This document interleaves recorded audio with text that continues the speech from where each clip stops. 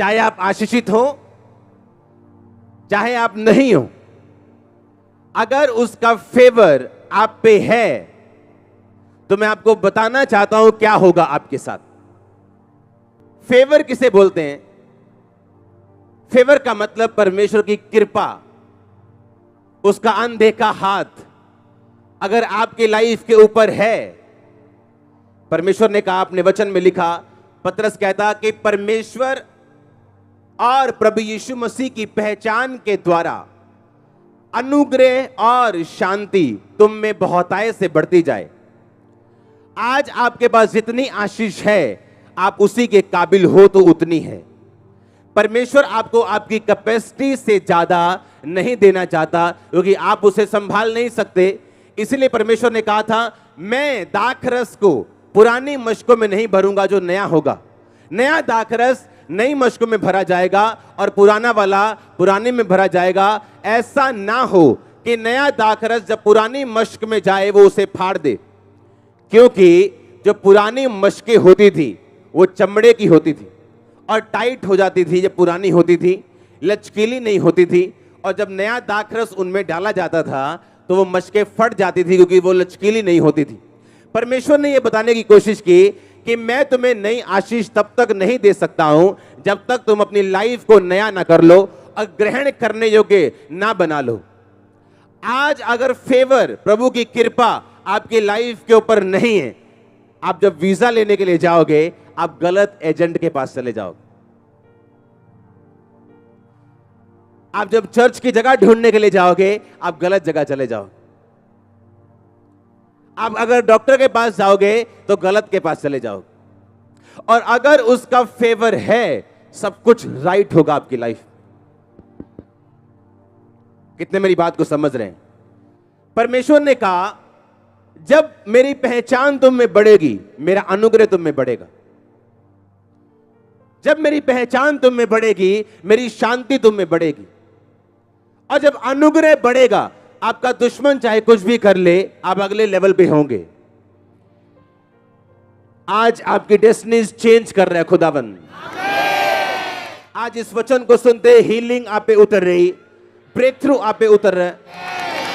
मैं आपको सिर्फ वर्ड देने के लिए नहीं आया हूं, मैं ये घोषणा करने के लिए आया हूं कि वो फेवर आपकी लाइफ के ऊपर आ रहा है यीशु मसीह के नाम में।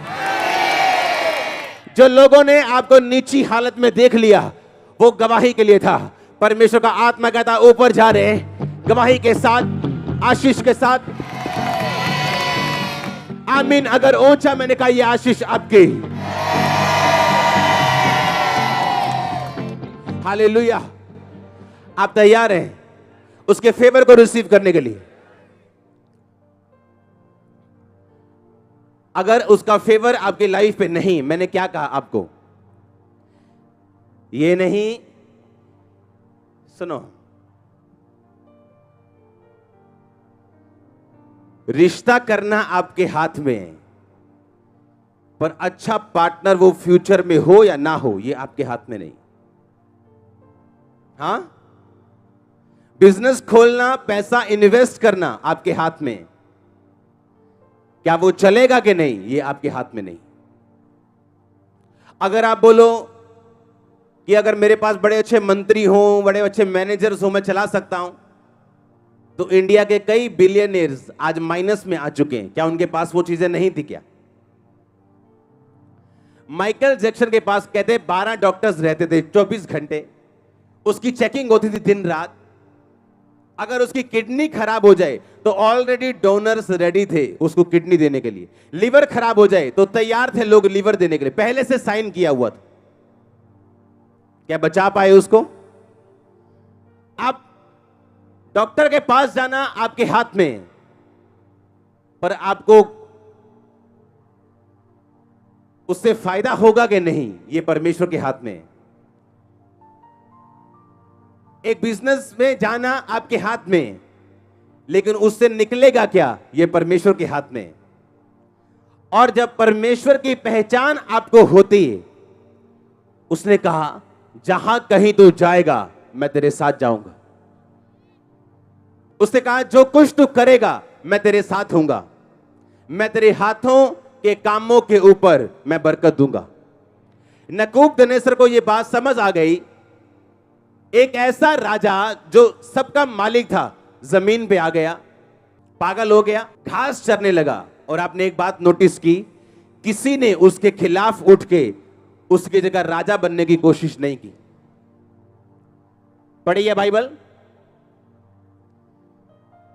किसी ने भी उठ के उसके खिलाफ नहीं खड़े हुए, चाहे वो पागल हो चुका था।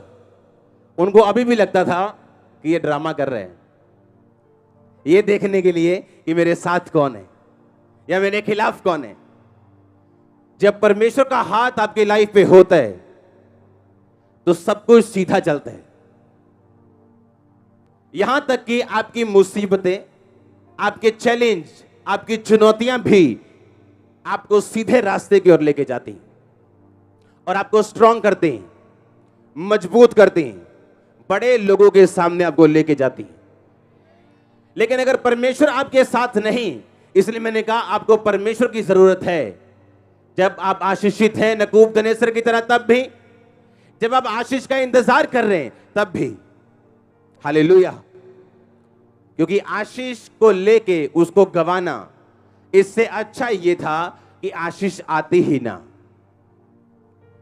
और आप सिर्फ परमेश्वर की हुजूरी में ही परमेश्वर के द्वारा दी गई चीजों को, आशीषों को मेंटेन कर सकते हैं। और बाइबल कहती है जब उसका बेटा बड़ा हुआ, उसने भी सेम गलती की। परमेश्वर के भवन के पात्रों के साथ उसने शराब पी, और बाइबल कहती है उसका राज्य भी खत्म कर दिया गया। आज आप नीचे हैं, कोई प्रॉब्लम नहीं, ऊपर हैं, कोई प्रॉब्लम नहीं।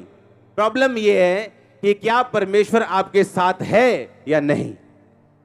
अगर वो आपके साथ है तो सब कुछ पॉजिटिव में होगा।